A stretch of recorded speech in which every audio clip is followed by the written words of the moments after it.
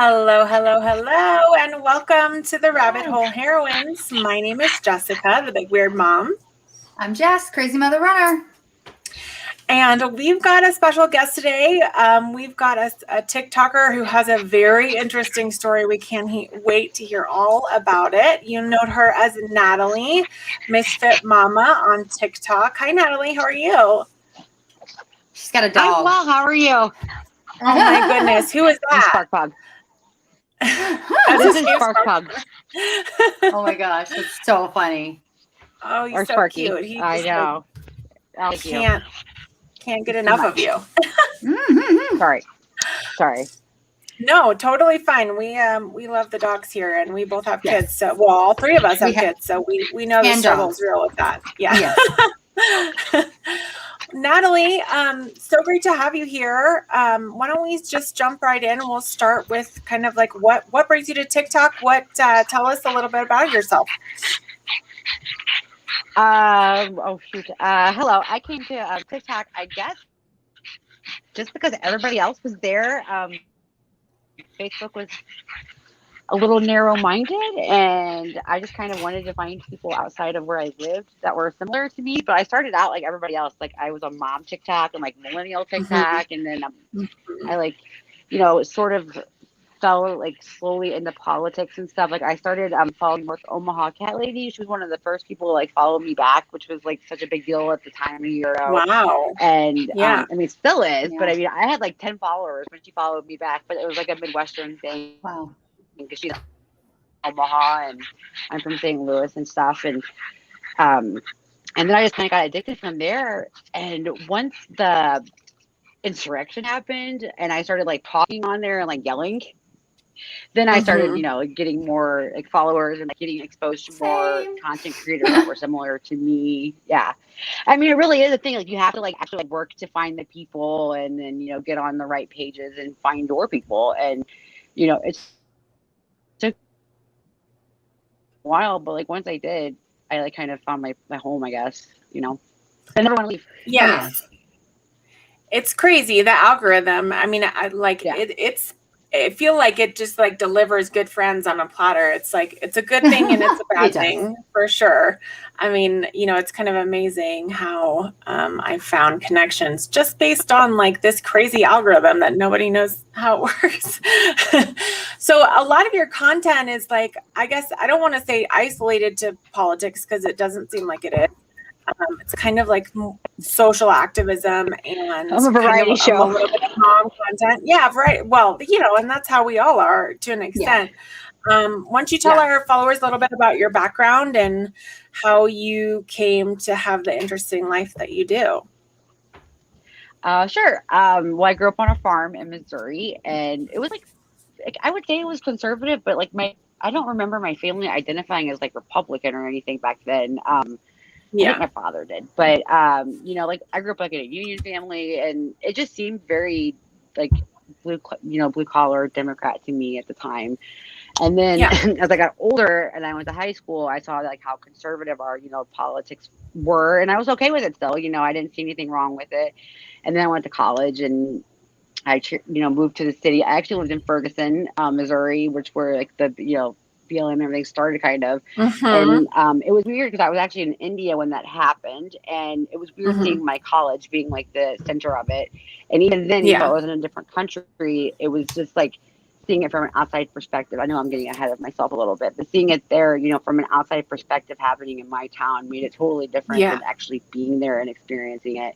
And then the aftermath I was actually home for whenever the trial and stuff happened. But when I lived in St. Louis, it just kind of changed me. Like I met my husband, who was Indian, and I just met a whole bunch of different people than what I was used to.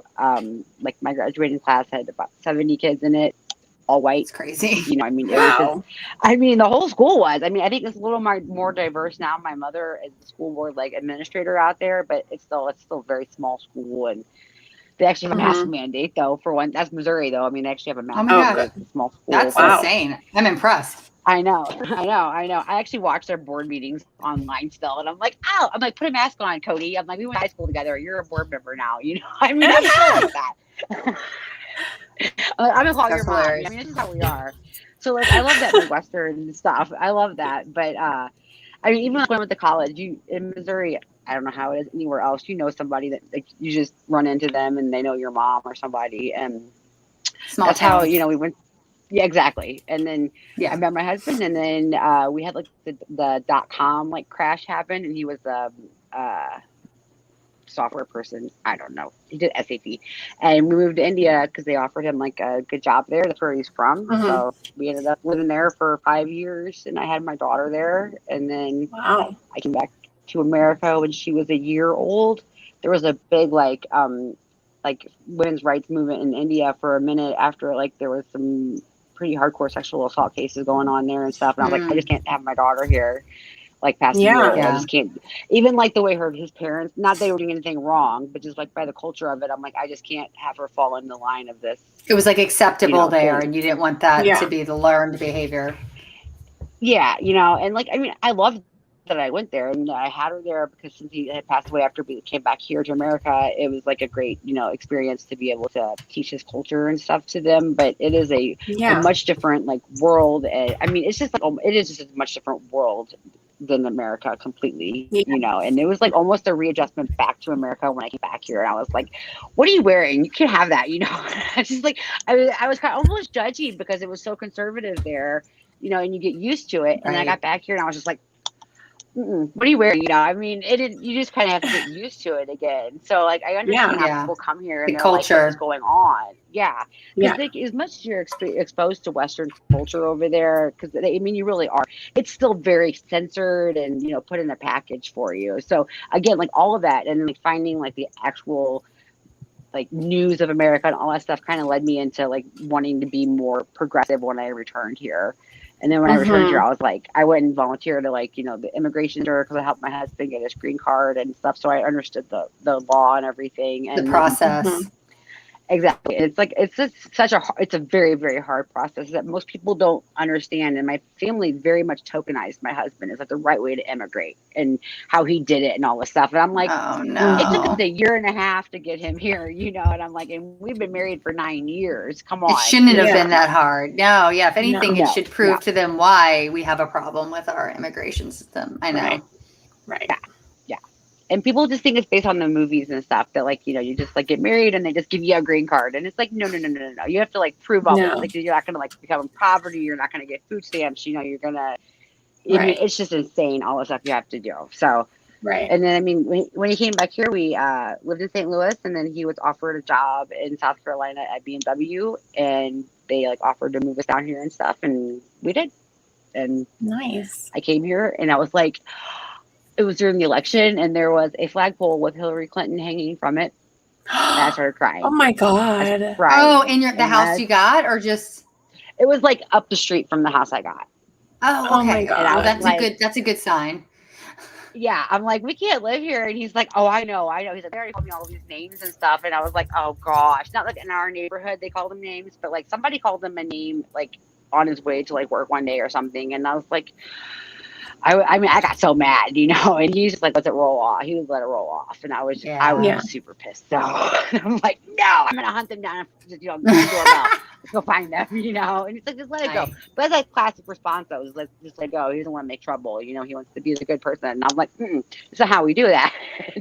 Yeah. But we make trouble. Then good trouble. Again. Yeah, exactly. And then like the more exposure, we had even here, I was like, I need to find my people. And then that's when I joined a mom's group and I was like, I don't think we're going to be friends if you have, and I said this, a Bible quote written on your wall. I will still love you, but we're not going to be really good friends.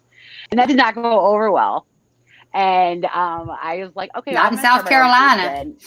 No, it did not. But like 7 people like answered. They're like, we love you. I feel the same way. And then I was like, okay, let's start our own group. And so like we all kind of just moved over and we did. And then like, 3 years later, we have 700 of us, and we mostly identify as mothers. That's awesome. Yeah, nice.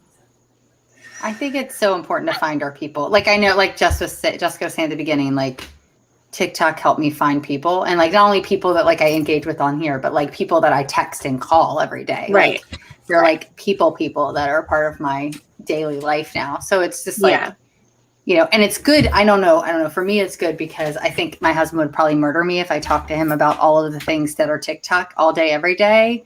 He'd be like, let's get a divorce. We're done. But, so it is nice to have people that not only understand that side of my life, but like I have you just need to find your people. I just feel like that's so important. Yeah, and really that's a rarity on Facebook too. I mean, like it is a rarity on Facebook. Freaking series about mom group dumpster fires. We still have tons of issues, and we've had division, everything happened. But in the end, it's like in the beginning of it, I very much thought it was like my group because we were like 30 moms. We're all super close. But then it got so big, and it was like, no, it's not. It's I helped facilitate the beginning of it, but it's not mine anymore at all because there's so many people in there. There's kind of taking on a life of its own. Exactly. And one of the administrators is actually one of the people, her name is Queen of the Chaos. And she, I've duetted her a few times with like the preschools and stuff around here. She got me my first ring light and all that stuff. Cause she was like, oh, just go on there and do whatever you want. Just do duets and stitches, And I was like, okay. I know. And she really encouraged me. And, she's like now an administrator of the group as well. But I mean, it was like, we really built upon that, we're oddly, like, even though we live like in the same city, we spend more time talking on TikTok and like via, like just like our, texting and stuff than we do anything else because it's been the pandemic. So I've learned more about her and her family than I have via TikTok than I have like just actually meeting them, even though I have, but I mean, we don't have that much in person going on right now. Contact. So. Yeah. I get it. Definitely a good thing though, because that's like, I mean, that's what moms need, it's that community and like the ability to connect while your kids are running around crazy and to not have to worry about cleaning the house or whatever. And like, I feel like COVID, like in some ways has been kind of good for moms because, kind of like builds on that. Unless you're an alt-writer and have delved down rabbit holes and now become a psycho sycophant and like, all that, like unless you're those people, if you're those people, maybe COVID wasn't good for you. Like too much time on your hands was not wise. Like who could you be talking about? I don't know. People constantly frequent myself and Natalie's page, although they've gotten better. Either I have less or my notifications are so awful don't notice them anymore. I don't know which one it is, but I'm here for it, whichever reason it is. I'd really like to think it's because they're just not as bad, but I'm probably wrong. And if I actually spent hours of my life scrolling my comment section, I'd find out I'm wrong. But I'm just gonna pretend that there's less of them. That's what I'm gonna pretend. So. Well, I mean, they're just different now. Like, I don't have like any like so much, and like the anti-maskers are more gone, and now I have like people that are just mad that I'm like not pro ivermectin, and I'm like, I don't know what you want me to do here with this because there is nothing to do with this whatsoever. I mean, the guy called me a lunatic the other day. I saw your reply video. Oh my gosh! And I mean, it was like, and it didn't bother me, and I prefer to play nice than to be like, like sugar sweet or whatever than to be like, mean, but. It's just like I can't even respond to that nonsense. Like it's just I can't because I'm like you're not a doctor. And I don't have COVID, and that was a joke. The original video from a month ago, that was funny. Like this is like it took it seriously though, and I'm like I'm just playing about saving the cows, and I'm like you call me a lunatic, just trying to keep the cows alive, man. Like you just care about the green life Now I guess there's like a big risk that they will run out of dog heartworm medication soon, and like dogs won't be able to be treated for heartworm. Okay, if I can't treat my dog for heartworm, I'm coming after our anti-vaxxer. Okay, yeah, I know. I'm coming at you. If my dog can't get her heart guard, I'm gonna be pissed. I know. Merck makes heart guard. Yeah.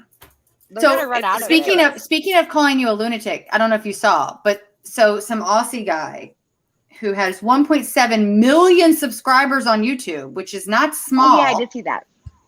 Decided to put my clip of Joe Rogan in his I Want Joe Rogan Dead video, which I did not say I wanted Joe Rogan dead. Yeah. Yeah. And then he railed on me in this video and called me, "Are you a fucking lunatic, love?" That's what he said to me. And I hadn't had trolls, right? And all of a sudden he did this video and I wake up the next morning and my fucking Instagram is just loaded with hate. And I'm like, are you kidding me? And so my friend who lives in Australia is like, so there's this guy, she's a former alt-writer.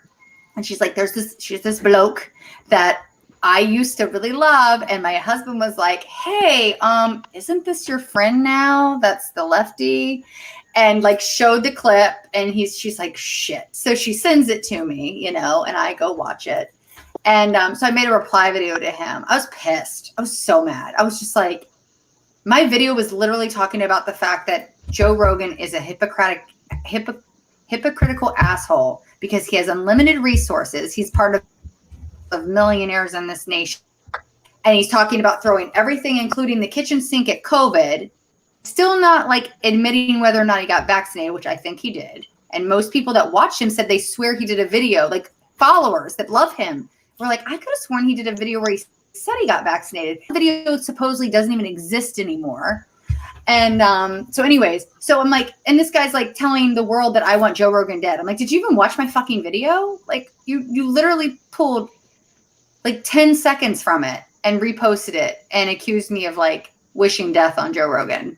I'm like, no, I'm just pissed that he's telling his loyal followers, like, see, you can survive COVID. I did. Yeah, you literally got IV drips and probably had the ivermectin and fucking monoclonal antibodies brought to you at your large house. Like fuck off. Fuck all the way off. That it was at his house? He had that he had the what you're saying? Oh no, he did a YouTube. He did an IG live when he came on, and he said he had ivermectin, the pill form. He had ivermectin. He had what did he have? A Z-Pack, the monoclonal antibodies, a vitamin D drip, some other drip, and I'm like, so you've been telling people for a year and a half, COVID's not a big deal if you have a good immune system like me. And yet you took like 6, 2 of which aren't even like on the spectrum of COVID treatments, and put them in your body and peddled this shit to your followers. Vitamin C infusion. Thank you. Yeah. What I don't get is like how he's throwing everything at it. And then what's going to happen when he survives? Because apparently he's vaccinated. And then what is he going to say helped him survive, like, they're already people are already pushing the ivermectin. I'm like, he took monoclonal antibodies. Like that is the actual then why would he do treatment. The ivermectin? Yeah, I think so. He could say it. I don't even know if he took it. I don't even think he. Right. I don't even, like I said, personally believe that he either was already vaccinated or he never had COVID in the first place. Because I thought it was really weird that he showed his COVID negative test, like to prove I got over it in 4 days, but didn't ever show a COVID positive test. Like, and I was a little floored that he had access to even get an image of that. Like, I'm like, I've had like 10 COVID tests and I've never gotten a image of my negative tests. Like, what the F? Me neither. I get a piece of paper that they send me on my way with so I can show it to my employer and go to work the next day. Like, what is this bullshit? He had like a machine, like it was a picture of the actual like machine that they stick the test in with the negative COVID negative. I'm like, come on, what kind of? That's what I'm saying. Did Minion make that? I'm like, what is this bullshit? Like the privilege is just dripping. It's just dripping. Yeah, I hate it. I mean, so I saw that video today. My husband listens to Joe Rogan in the same way that I like troll on Parler. Like he just like, it's kind of like to infuriate himself, to make himself mad. Yeah, exactly. And we've kind of gotten into a couple of long conversations that I really wish we had recorded because it would make for we need to go down the Joe Rogan rabbit hole, like actually. And I think let's consider doing that. Joe Rogan, come on my show. Yeah. And like he says, he talks to anybody. I'm anybody. Yeah, I'm down for sure. But I just texted him and he said that he hasn't ever heard anything about this video, but he also said that he hasn't been watching as closely or listening as closely as he has in the past. It's crazy. And the thing that makes me the most angry about Joe Rogan is that he will build himself up to be this person that I listen to every side and I just want people to be able to speak their mind and share their truth and blah, blah, blah. Like, what kind of hippie shit? And then, he doesn't even care when he's used as these talking points to, he is the catalyst for these people who are saying vitamin C infusions and, your natural immune system is what's going to help you the most. And you don't need to get vaccinated. And then to find out that he might actually be vaccinated, it just infuriates me so much. Same. Can't. Speaking of which, have y'all visited www? Huh? I would say every governor that has an anti-mask mandate is, vaccinated. They're all vaccinated. Of course they are. Yeah. Well, just like DeSantis and Cruz in the two most, politicized states right now, both have their kids in private school that have mask mandates. Both of them. I'm like, so y'all are advocating to restrict the ability for public schools to put those types of mandates in place, but you are paying for your children to go to one where they're in place. Yeah. Where people can't afford to go. I know Florida's got this whole, this whole grift going on with the private school vouchers that DeSantis put into play with the Catholic Church. South Carolina has a similar thing. You think Cruz does or Abbott? No, South Carolina has a similar thing. I'm sure. I'm sure a lot of red states have a similar thing because it's their way of indoctrinating children. Oh, there was little screenshots. I don't know if either of you follow Jessica Piper, who is running for office, but there are little screenshots of senators or the mayor telling someone on a Facebook back and forth screen. Because they're I'm really upset about these mask mandates that are these lack of mask mandates, that they're just optional. I don't feel like my child's going to be protected. And he literally in the comments back was oh, please reach out to our office. We can connect you with someone to get you vouchers so that you can go to a private school where masks are required. I remember that. It was literally fucking screenshotted from a public, I can't remember if it was a mayor or one of the representatives, but it was someone in political office in that city, pushing for, fucking vouchers for private schools over public schools because public schools aren't allowed to put mask mandates in place. Mm-hmm. And she had screenshots of all of it.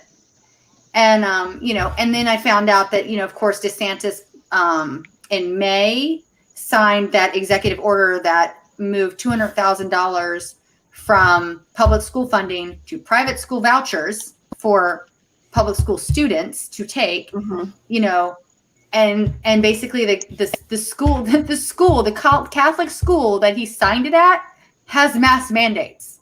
The one that he used to sign the bill at, I called them myself. And I was like, do you guys have mask mandates? I'm just curious. I'm just trying to, find a place that does. She's like, oh, yes, ma'am. Staff and students are required. No exceptions. And I'm like, thank you. And I'm like, this is bullshit. And then it's since come out that, of course, Cruz and DeSantis also have their kids in private schools that require masks. But I'm just I don't know how conservatives do not see the hypocrisy that is become the GOP. It's just, it's blatant. And it's I literally said something to somebody about that because those trolls do not come in my comment sections on those particular videos. And I find it hilarious. It's they avoid those videos where facts are presented like the fucking plague. But I've had a handful that are brave enough to be well, that's their decision to want them to have masks. I'm like, but they're paying for that and then taking the rights away from public schools to make those same decisions. That's fine. If you don't like masks, homeschool your kid, do virtual, find a private school that doesn't. But stop fucking around with public schools that are overpopulated with right now we have 28 students in our kindergarten class. We're not even supposed to have beyond 25. Shit. Wow. Because we haven't gotten authorization to hire another teacher. So here's my problem. The public schools are blatantly underfunded. These teachers are classrooms are massive and on top of each other. And now you want to take away the little bit of protection that they might have from spreading shit. It's just, It's so frustrating. I'm so over it.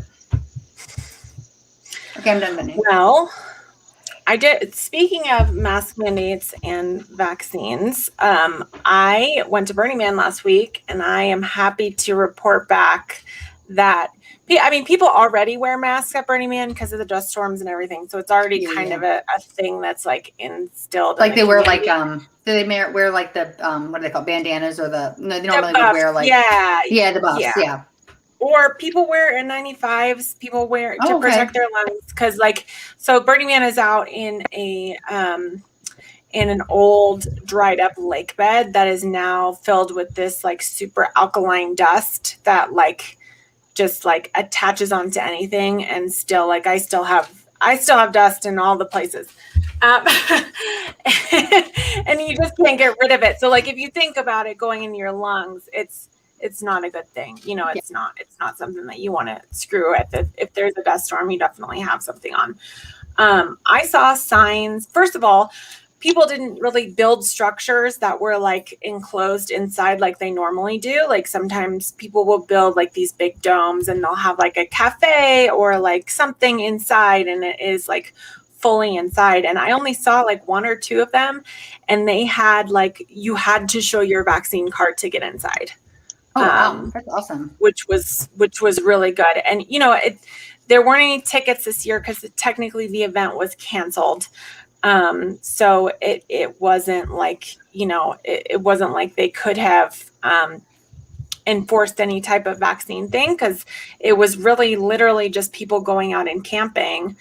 And when people started realizing how many people were going to be out there, it's still unclear on who actually paid for this, but either Nevada or the Burning Man organization paid for medical teams to go out and set up med tents that they normally have. And then obviously BLM was out there, and all of the police. She told me I would have totally gotten in a plane and flying and just gone and do that next year. I know. Well, it was so last minute. I mean, yeah. You definitely need to come next year. It was literally I've never been. We were sitting here waiting for the fires, and I was already packing my trailer because that would have been the first thing that we would have taken. And my friend called me on Wednesday, and she was like, "Hey, do you want to go?" And I was like, "Yeah, I do actually."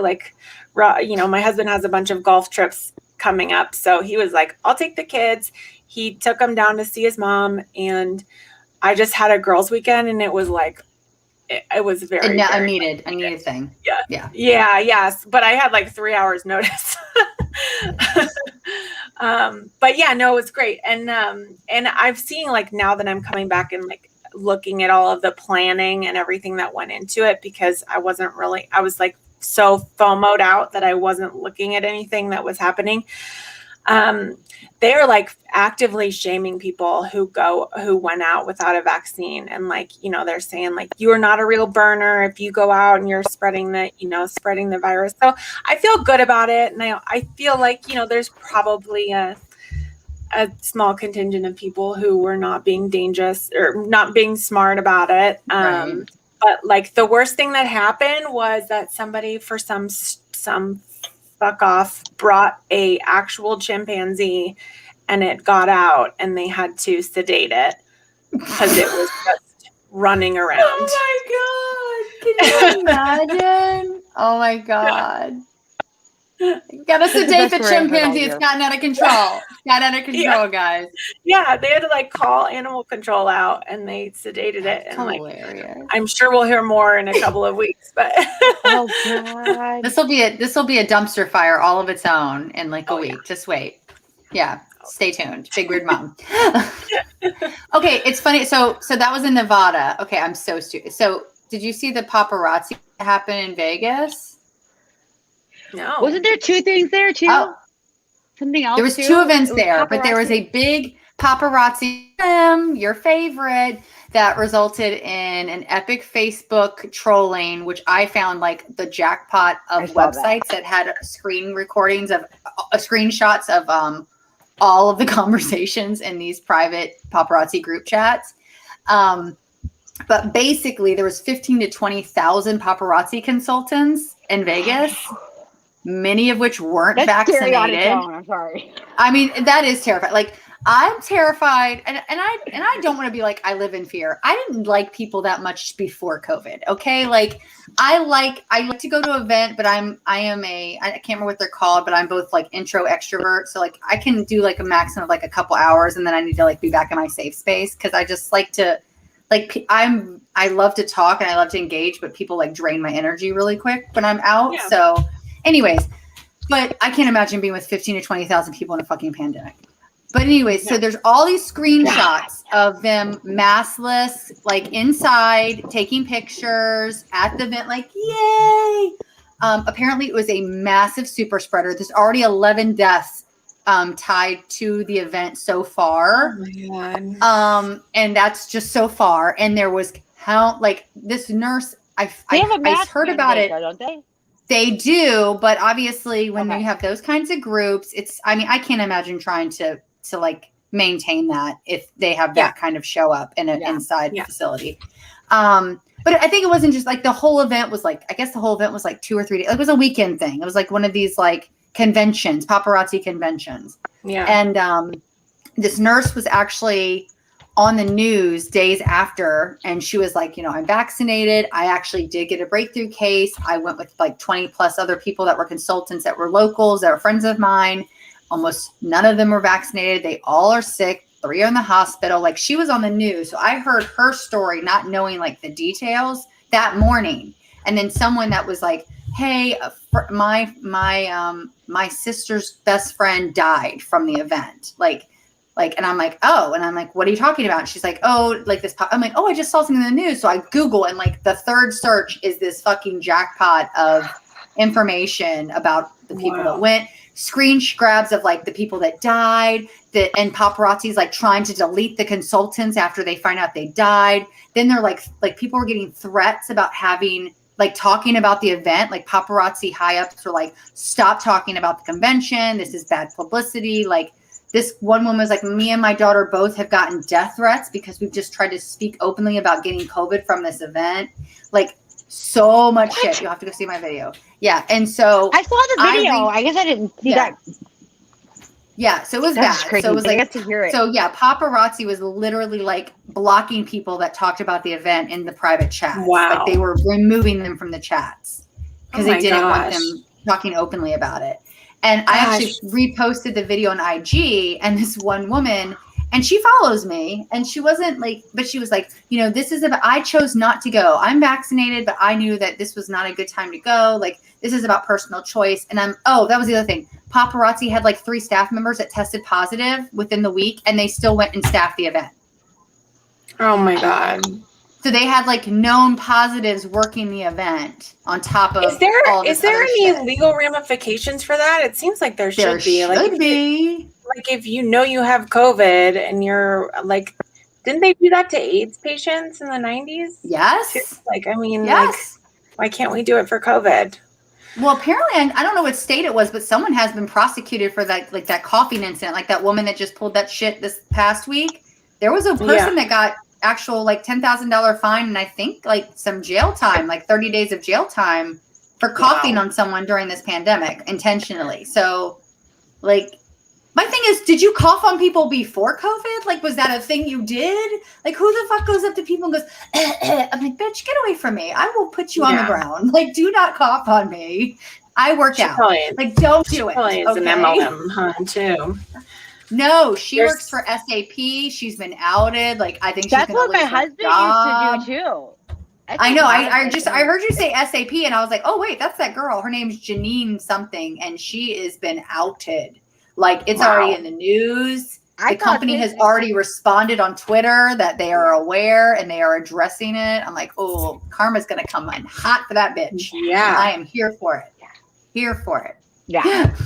It's a very small like part of like development, from what I know, is that it's a very like niche area of technology. Oh, okay. That's what my husband did. It's like someone HR, said that she lied about programming. Lawyer too. So there was like she had a license for like a legal license, and in her LinkedIn, but when people actually looked into the school that she went, she didn't. Like there was some people that investigated her personally, and they were like, "We think this is a lie." So I'm not sure about that. I'm sure more will come out, but it's wild. I feel like this pandemic has brought the ugly out of like people. I mean, every board meeting I watch and see these lunatics. I mean, it's so bad. It's so bad. It's so weird because I don't think that like the people in my small town that I'm from in Missouri would ever pull that shit, to be honest. I mean, like there's only like 1,000 people in the town, but I mean, like I just can't see them on Facebook doing that. So it's like, where are these people coming from? Because it's just like they don't seem to be like the people that I grew up with, because they're like relatively our age, 30 to 40 years old, I would guess. Oh, yeah. It's like, where did you come from? We didn't go to the same school or something. Like, what are you? Because like they're drinking some weird shitty water or something. I don't know. It's insane. Well, okay, so how far is Dorchester from you? Dorchester County? Like 2.5 hours.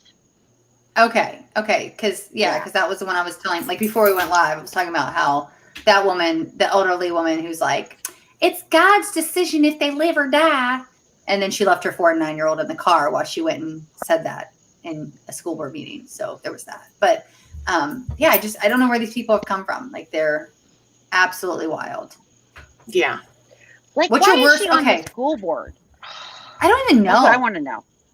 I don't know how she won, but it's like, I feel like people are so disengaged from local politics. Like this is a big thing that I've been kind of talking about more and more on my platform, and especially on Twitter.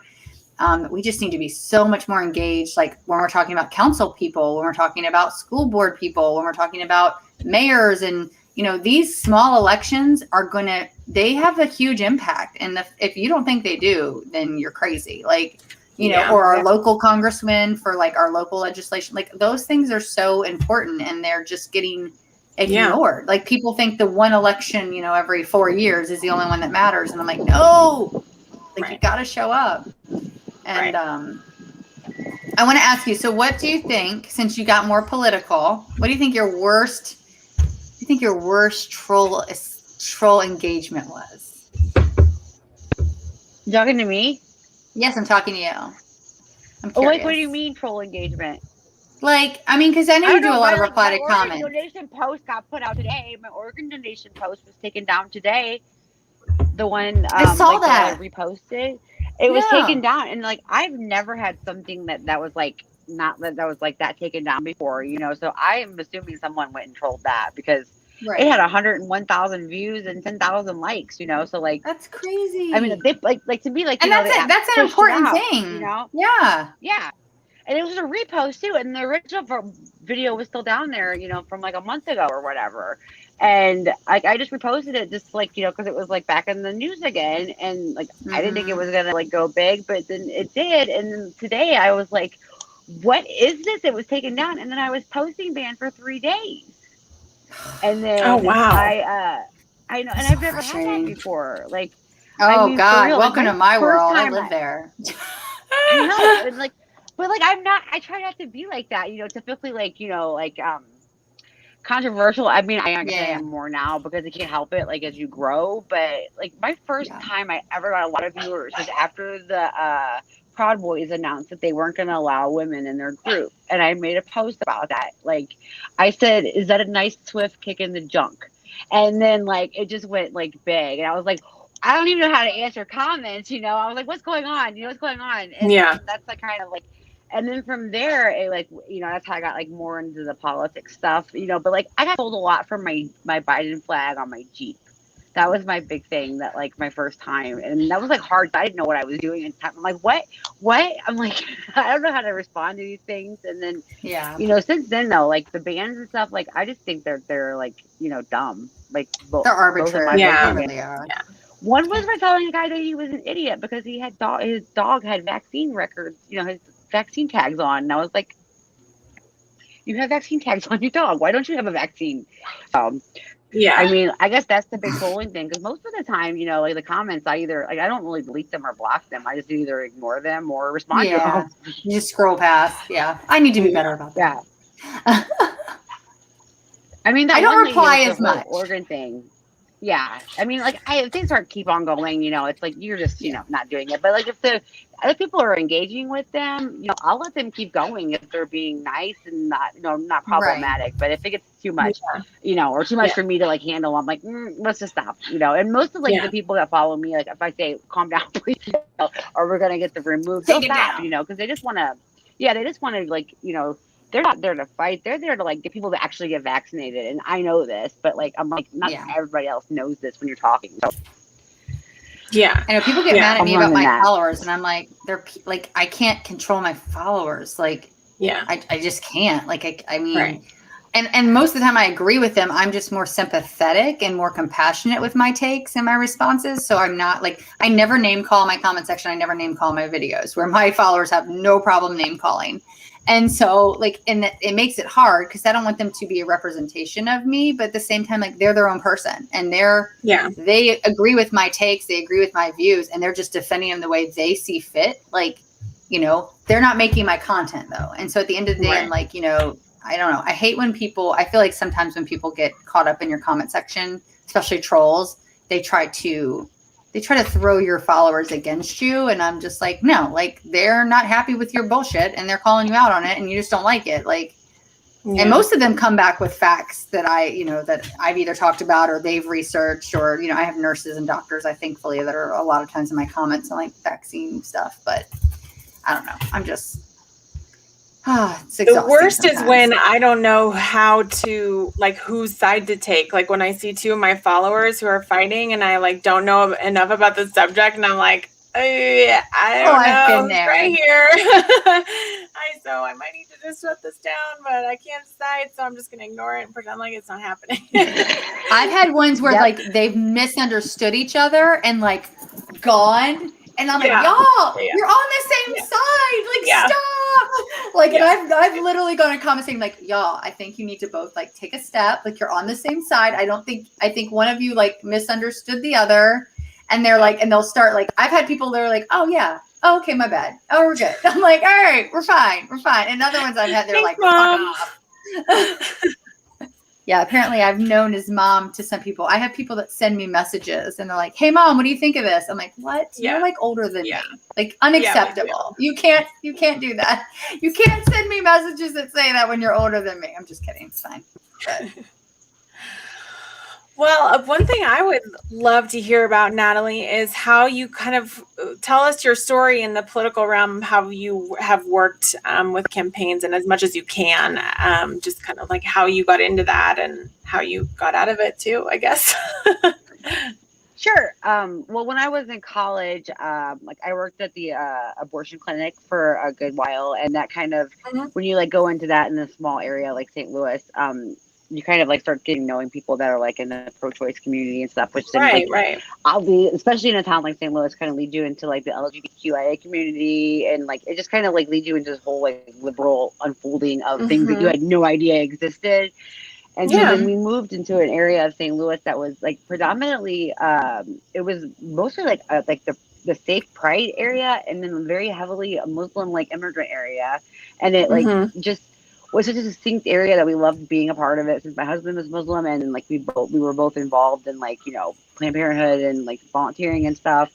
And with that came an opportunity to like work for someone that was running for the 4th Congressional District in Missouri. It's like an old Missouri name, Carnahan.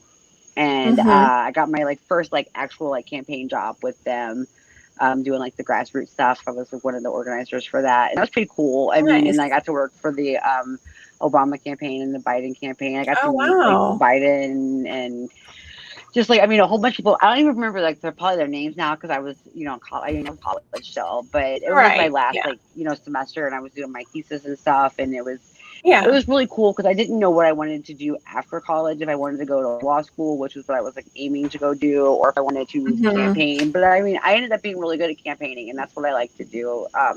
Because like a lot of like just reading people and like the area you're in, which a lot of people don't get that. Like they'll be like, oh, we're gonna go send this 22-year-old over there, and they're just gonna understand. No, they're not going to understand it. They're not gonna talk to people. Which I think is a big issue right now.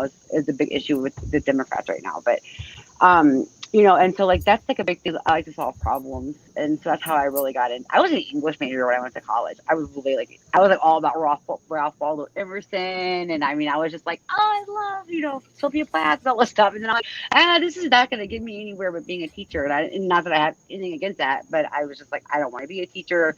That's not for me, and so then I started switching over to that, And then I worked for them, and then after that, I did some like climate change like work, and like I did a lot of like campus. Even though I wasn't in school anymore, I was doing a lot of campus based stuff since they're like a year or so behind me. And then my husband got the opportunity to go work in India, and then I went there and did some NGO work. But I mean, it's kind of hard when you don't have like a visa to actually get paid work. So I just did like volunteer work and kind of like learned about the medical system there through my father-in-law and stuff like that. And when I came back here, I was just like, jump back into it. And I'm like, look at it, volunteer work.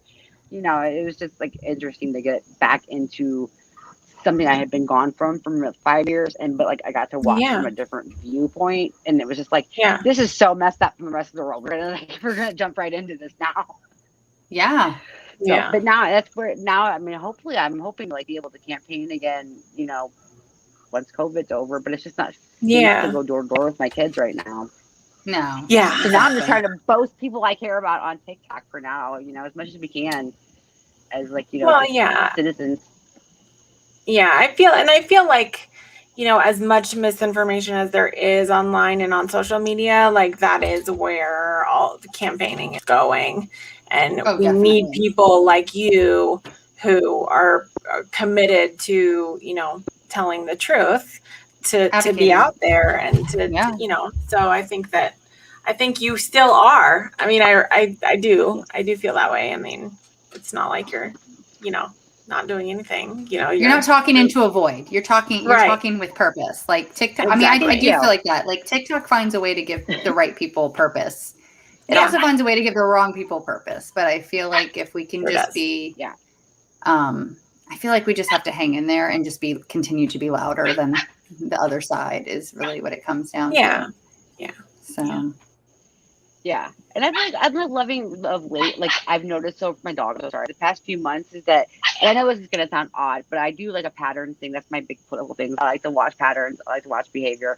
And that I've noticed more and more male creators doing more duets and stitches and boasting of female creators, which is like something I was like, just like dying to happen. I was like, come on, let's start doing that. Cause like the women are, supporting you. I saw like the thing happening. And then like, now they're doing it though more, I think because they see that we're brilliant, but I mean, that it's more of like it's not like it's not a clout thing. I see that they're doing it because they're like, you know what, she's smart. Like Jerry, I love him. Like she's smart. I want to do that. She's it's like they're just like dedicated. They're getting that purpose where it's almost not even. They don't even need to be like bragged upon for it. They're just like happy to do it. They're like, you know what, we're just gonna do that. We're like, when I started TikTok a year ago, I did not see that happen at all. No, it was just like I do feel like there's a better. Yeah. Well, I think TikTok has really given the moms a megaphone, and it takes a really good and smart mom to raise good people. And, but it also takes up all of our time. Like, obviously we can't be going out into the world and, standing on our soapbox. And I feel like that has really changed the game for women who, are considering having a family, and those of us who already do, it just gave us a platform. Thanks, TikTok, even though you're fucking dicks. Facts. Although, knock on wood, I have not been banned in, oh my God, I almost don't want to say it out loud, but a while. So like in the month of July, I had access to my account for 5 days. Oh my God. 5 days. Like I'd have access after 7, and then it would be gone within like 36 hours. And then it'd be like a 5-day ban, and then it'd be a 3-day ban, and it'd be a 7-day ban. Yeah. And like, the whole month of July, I think I got to use my main account 5 days. And I was just like, what the F? Like, leave me alone. 5 days, though. I mean, I know, don't jinx it. And it was funny because I would like mass make content, and I would post like 10 videos in that day. And I'm like, fuck it. If something gets taken down, I got shit to circulate till I come back up. So, which worked like, because right now my account is very overwhelming. I hit 300. I woke up to 301 yesterday morning, 301,000 followers, right? Wow. No. But here's what's crazy. You know what I have right now? 314.3. I'm gaining about 7,500 followers a day. I gained 100,000 followers in 16 days. Wow. Which I'm like, I'm like, why Yeah. are you watching me? Why are you people watching me? I don't even That's understand. what I say too. Who are you weirdos? You know, I know. Why are you listening to me? I'm literally, and it's so funny. I'll get people, I'll follow them because I'll like see a video. I'm like, oh, this is cool. Like, I'm down with this, and I'll follow them, and they'll message me like, oh my God, you follow. I'm like, dude, I am like a nobody mom in Virginia. Like, you have no idea. Like, I'm nobody. You gotta like, stop saying that. Once you hit 300, you can't say that anymore. Well, I mean, I talk a whole fucking lot, but I'm like, just saying, I not. see a girl with you when you followed me. I was like, what is That's hilarious to me. Like, I don't even. It is though. When people say that to me though, because I'm a tiny account, is like, you know, I was like, what? You have twice as many followers as I do, and they're like, yeah, but I love your stuff. I'm like, you do, you know, like you don't even think about that. You really don't. And like when people like make my friends, like I've posted about my friends, you know, making fun of, like, not my friends, but my friends, you know, making fun of me here about TikTok, and I'm like, I legit like talk to these people all day, either like through video or texting or whatever. And I'm like, not just the people that I like my followers, because like half my followers I follow back, so they're my friends, you know. But like, if you're not a creator, you may not understand that. But I'm like, these people are just like more than that to me. I'm like, if they're part of my life now, like they're part of my life. Exactly. Yeah, I'm like, I have to give up. I'm like, come on, these people are like just like every day I talk to them, you know, like they're just as much a part of my life as the moms I talk to on Facebook, you know. Right. So I don't see them either, even though we're like close together. But you have connections. It's still a screen. Exactly. Yeah. It's still a screen. I have to shout out Abe, so we know won't be silent, right? Like, I have to say this because it made my heart happy. So we text a lot, and I was super excited. So on Labor Day, like I had made a couple pretty like emotional videos because I had a rough week. Like the abortion thing really got to me. Just the amount of people that just keep dying because they're just ignorant, and whatever. Like I just was like had a low point, and I made this video kind of basically like it was emotional, but it was basically like, if you don't like my content, just fuck the right off. Like basically is kind of what I said. So I had a little get together for Labor Day, and I'm sitting out back, and I was showing actually a friend of mine a TikTok that used to be on there and got off. And my phone, like I get a message and I open it, and it says, wait, what did it say? I want to read it because it was, where are you? It's going to get buried soon.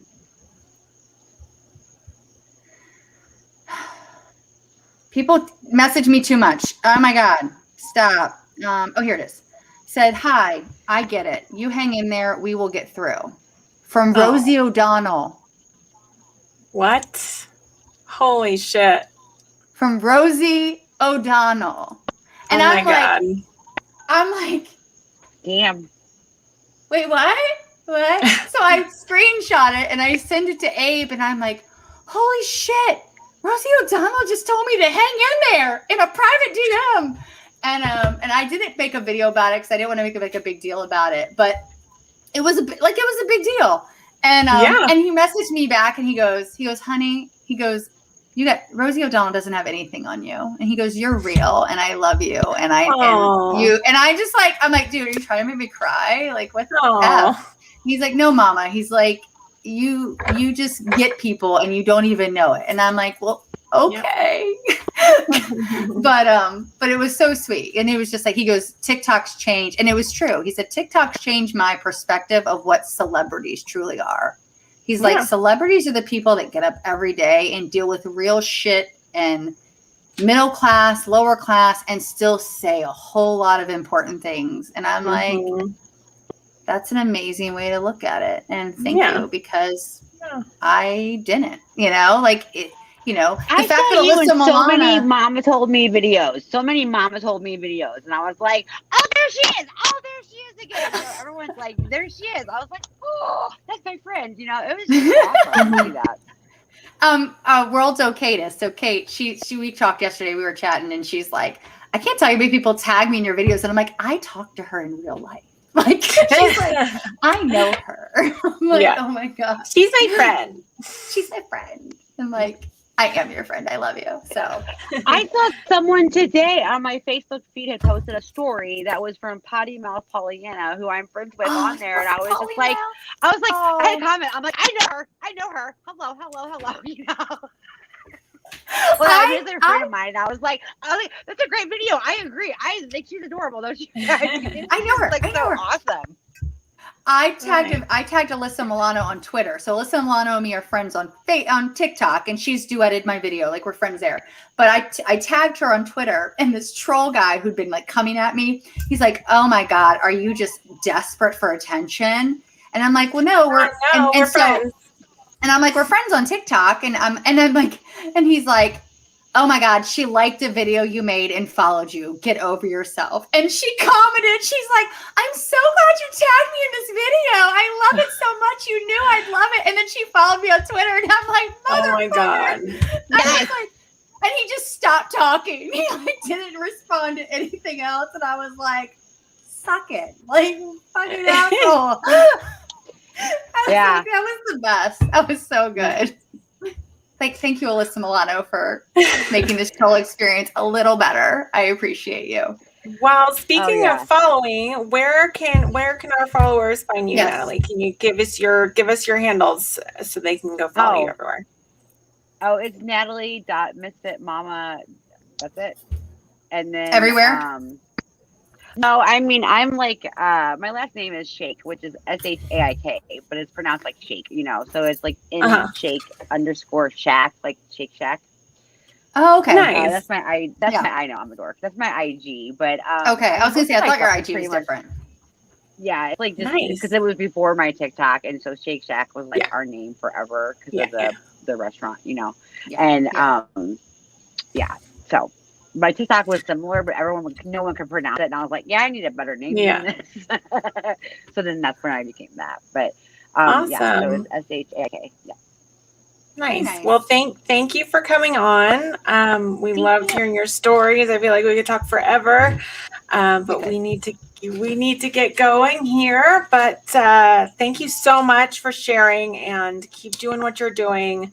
We love your stuff. Everybody go follow Natalie. You guys are amazing, and we will see everyone next week. So bye. Thank you. Bye. Bye.